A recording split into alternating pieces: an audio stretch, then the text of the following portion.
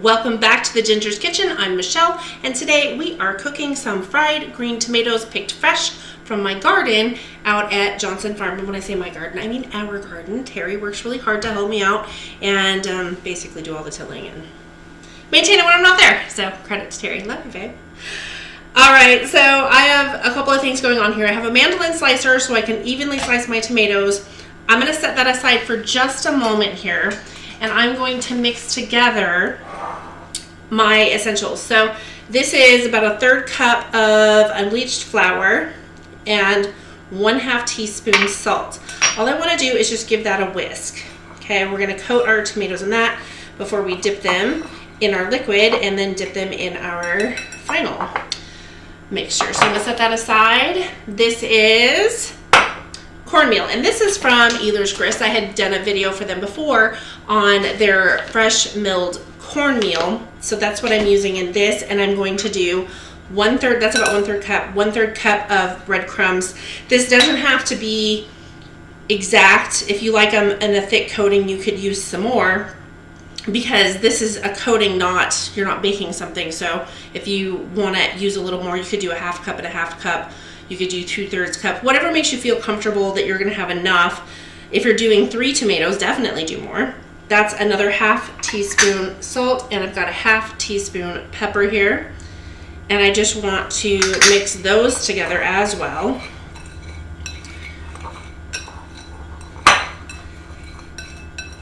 Next, I want to do my liquids. I have some buttermilk here.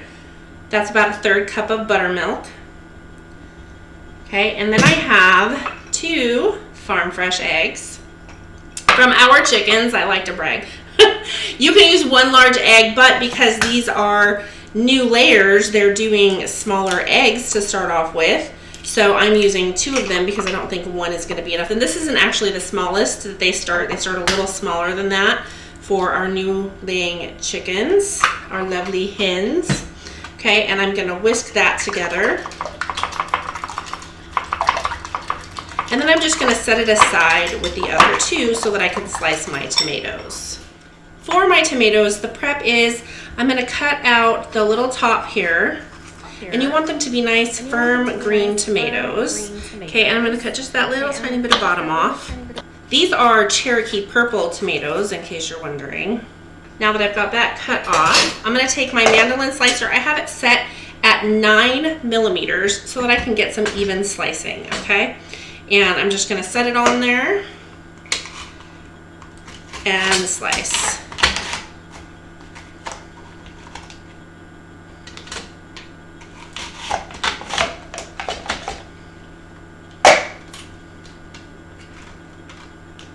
I'm going to repeat with this second tomato.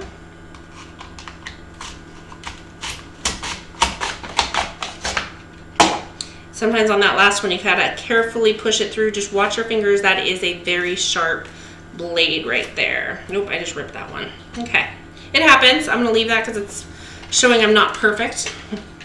Okay, so this is what I have left. Nice, even slices. If you don't have a mandolin slicer, that's okay. I'm gonna just give this one more quick whisk, and then I have a 3-step process here. I've got a deep dish baking sheet along with the rack with some paper towels underneath. I am going to take a tomato. I am going to dip it in this flour to well coat it, okay? And then I'm going to put it in my wash. I grabbed a fork to make that a little better. Otherwise my fingers just get gooey. Make sure it's completely coated.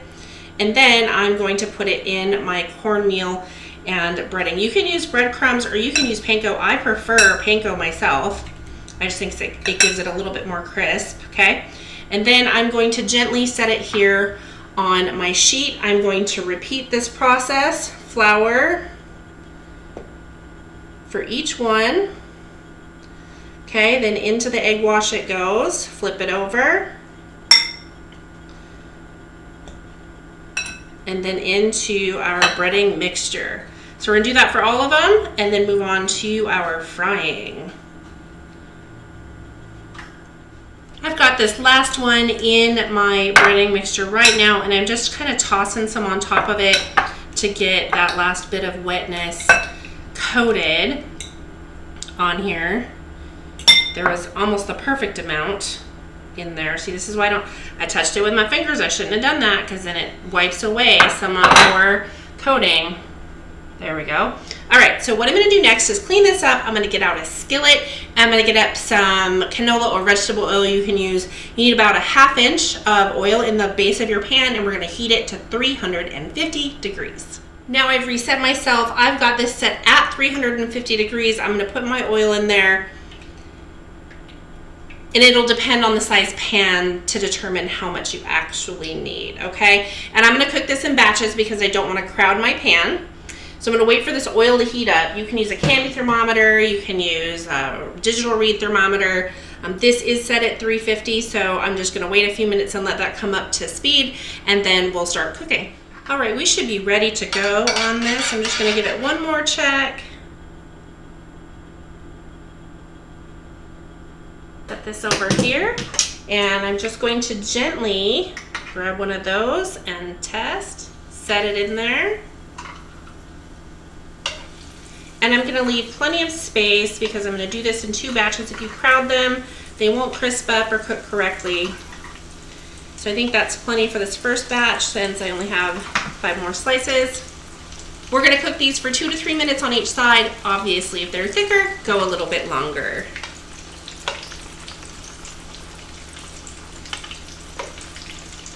We're ready to check these and see if we're ready to turn them over. That looks beautiful. So I'm gonna go ahead and turn these each over. Cook them for an additional, that was about 3 minutes. And then I'll do the next batch. When these are done, I'm gonna transfer them back over here onto my rack because I have some paper towels in there to let them drain. I'm gonna go ahead and transfer these to my cooling and draining rack.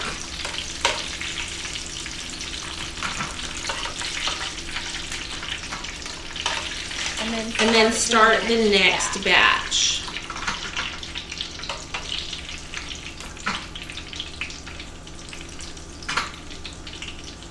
These smaller ones, I'm going to turn them over a little bit sooner and take them off a little bit sooner. All right, let's go ahead and flip these over. I checked these little ones, they weren't quite ready, so I went against my original thought and didn't flip them early. There we go.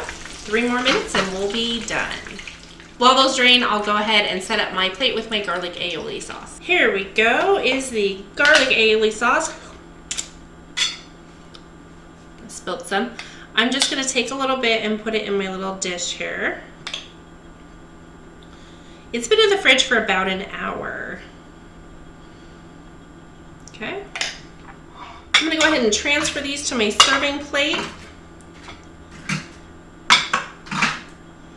They are nice and crispy. My breading stayed on. All of that makes me very happy. Fried green tomatoes with garlic aioli. I'm gonna go ahead and put some here and cut one open. Let's do this one and let you take a look and see how we did. Look at that. Beautiful. Okay. Now, this is the true test. Okay, we got our sauce. Oh, that garlic really stands out in that sauce. Tomatoes, perfect. Ooh, yummy. I like to taste what I've made without my sauce so I can see how my breading did if I need to make any adjustments. And I think what I would do, I'm gonna grab some salt and just sprinkle a little more salt on them, and then they're just perfect. Thanks for joining me here today in the Ginger's Kitchen, and have a delicious day. That's one